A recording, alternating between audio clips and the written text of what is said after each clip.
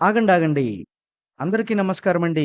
ధనుసు రాశి వారికి అనుకున్న పని జరగాలన్నా, మీరు వెళ్ళే ప్రతి పని కూడా మీకు విజయం జరగాలన్నా, మీరు ఖచ్చితంగా ప్రతిరోజు కూడా ఎవరైతే ఏ పని చేస్తున్నారో వాళ్ళు ఈ పనులు గనక పాటిస్తే, మీరు ఖచ్చితంగా ఊహించని గొప్ప ఫలితాలు మీరు అందుకుంటారు. అందులో ముఖ్యంగా సోమవారం పూట మీరు బయటకు వెళ్ళేటప్పుడు అద్దంలో ఒకసారి మీ మొఖాన్ని చూసుకొని వెళ్ళడం ద్వారా మీరు అనుకున్న పని ఖచ్చితంగా విజయం జరుగుతుంది. అలాగే మంగళవారం మీరు పని మీద బయటికి వెళ్ళేటప్పుడు నోట్లో చిన్న బెల్లం ముక్క వేసుకొని బయటికి వెళ్ళటం వలన మీకు ఖచ్చితంగా అన్ని పనులు కూడా తీపి కబుర్లు అందుతాయి. బుధవారం రోజున పని మీద మీరు బయటికి వెళ్ళేటప్పుడు ధనియాలు నోట్లో వేసుకొని నములుతూ వెళ్తే మీకు అదృష్టం కలిసొస్తుంది.